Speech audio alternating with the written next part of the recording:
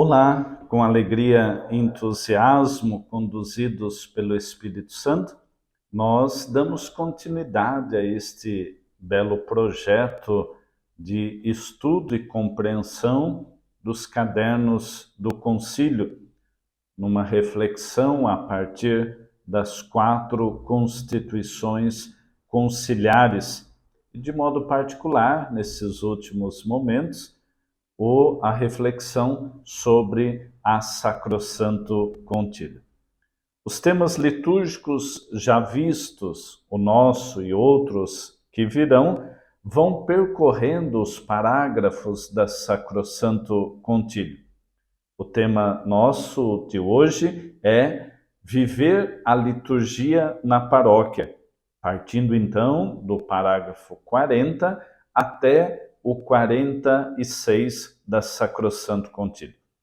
Nosso objetivo aqui é, de modo particular, despertar em você o interesse pela leitura na íntegra do texto ou do caderno número 8, de modo que você possa descobrir ali a riqueza deste caminho proposto pela Sacrosanto Concílio. Partindo, então, do sentido da adaptação e enculturação, os parágrafos levam-nos a conhecer a importância da promoção litúrgica na vida da diocese e, consequentemente, na vida da paróquia.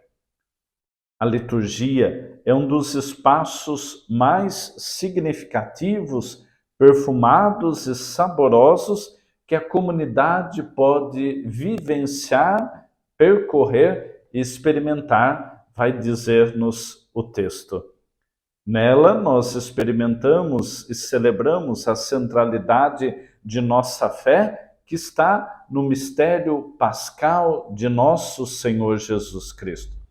Uma experiência que passa pelos sentidos e expressa-se nas atitudes da vida da comunidade, de modo que os ritos que nós celebramos possam ser, acima de tudo, um lugar para as motivações da vida comunitária, promovendo assim uma participação ativa, consciente e frutuosa do povo de Deus. O caderno número 8, ele tem algumas referências ou pontos de partida. Eu destaco 4. A primeira delas, o sentido, o zelo e o cuidado com os processos de adaptação e enculturação litúrgica, principalmente depois do Concílio Vaticano II.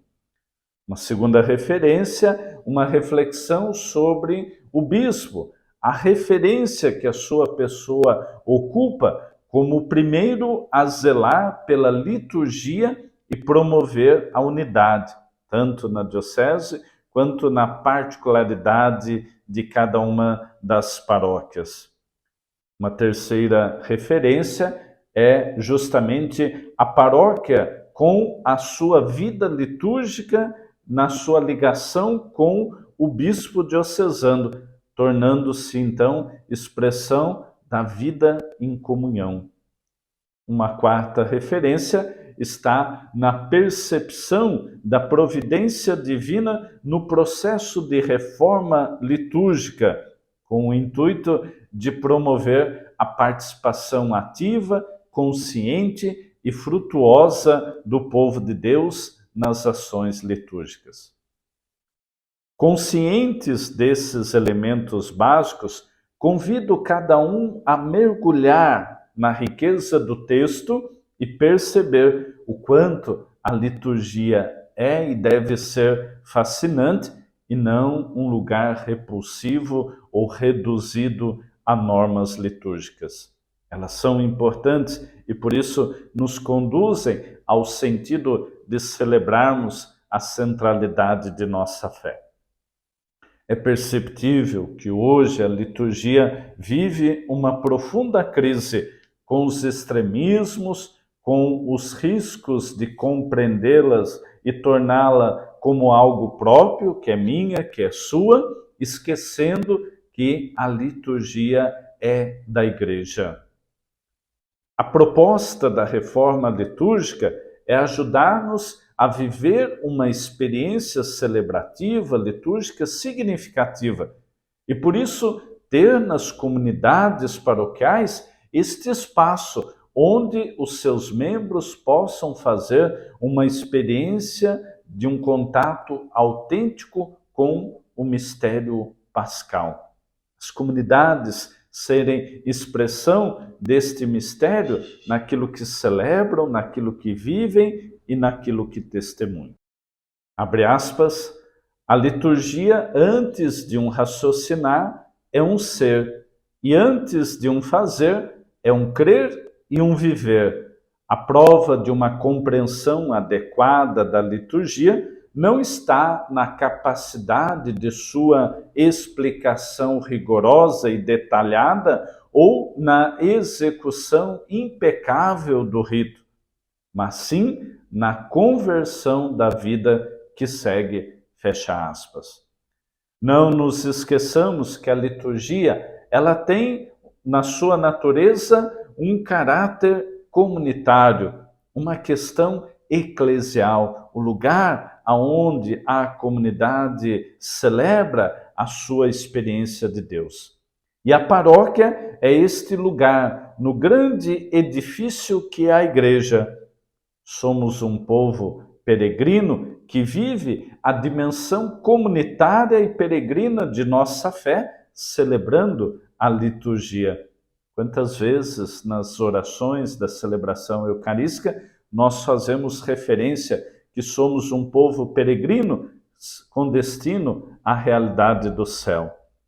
Conscientes de que o mistério pascal é o centro da ação litúrgica da Igreja, a Sacrosanto Concílio aponta a necessidade de processos de adaptação para tornar o mistério pascal algo comunicável e partilhável. Ou seja, a liturgia celebrada em cada comunidade não deve ser guiada por modismos que estão em evidência hoje, aos gostos dominantes, mas apresentar a igreja como esposa de Cristo em vista de um encontro salvífico com ele.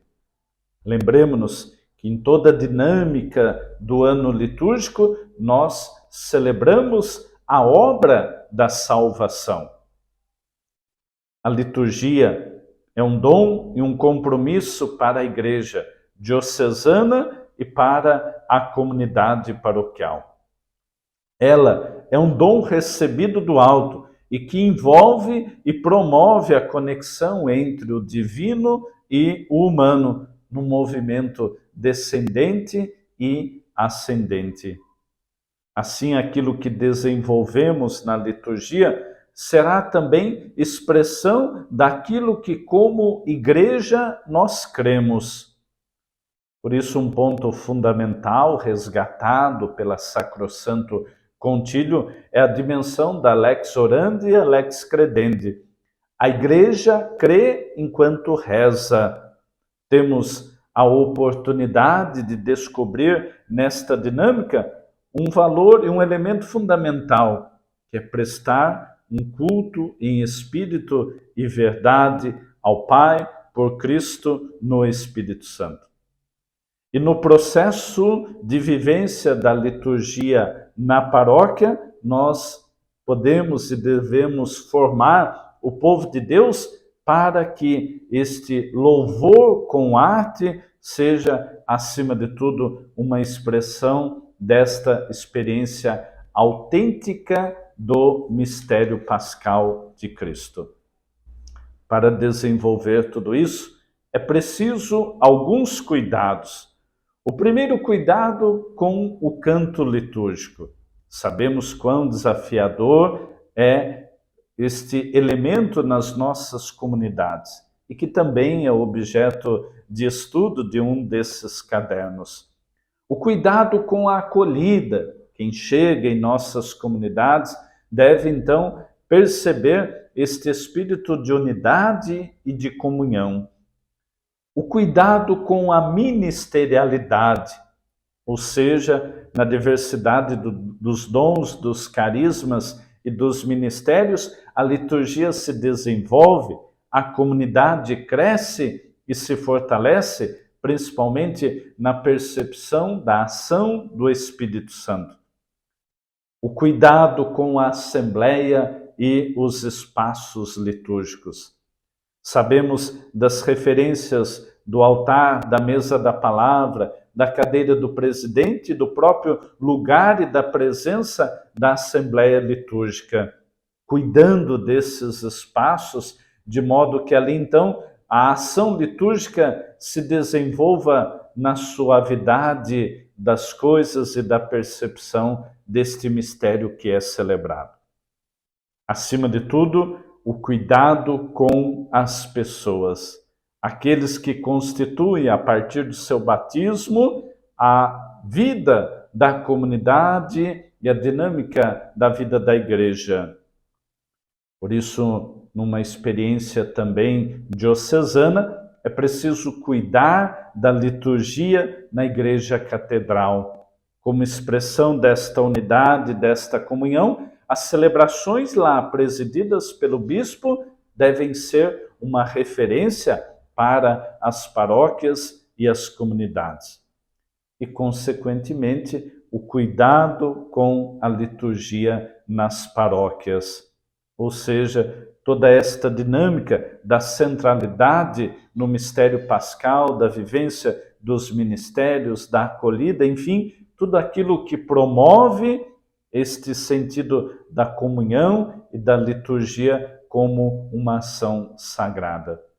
E o último cuidado, o domingo, este milagre vivente da igreja, o dia do encontro com o ressuscitado, o dia do encontro com a comunidade, o dia de expressarmos, então, comunitariamente a nossa fé.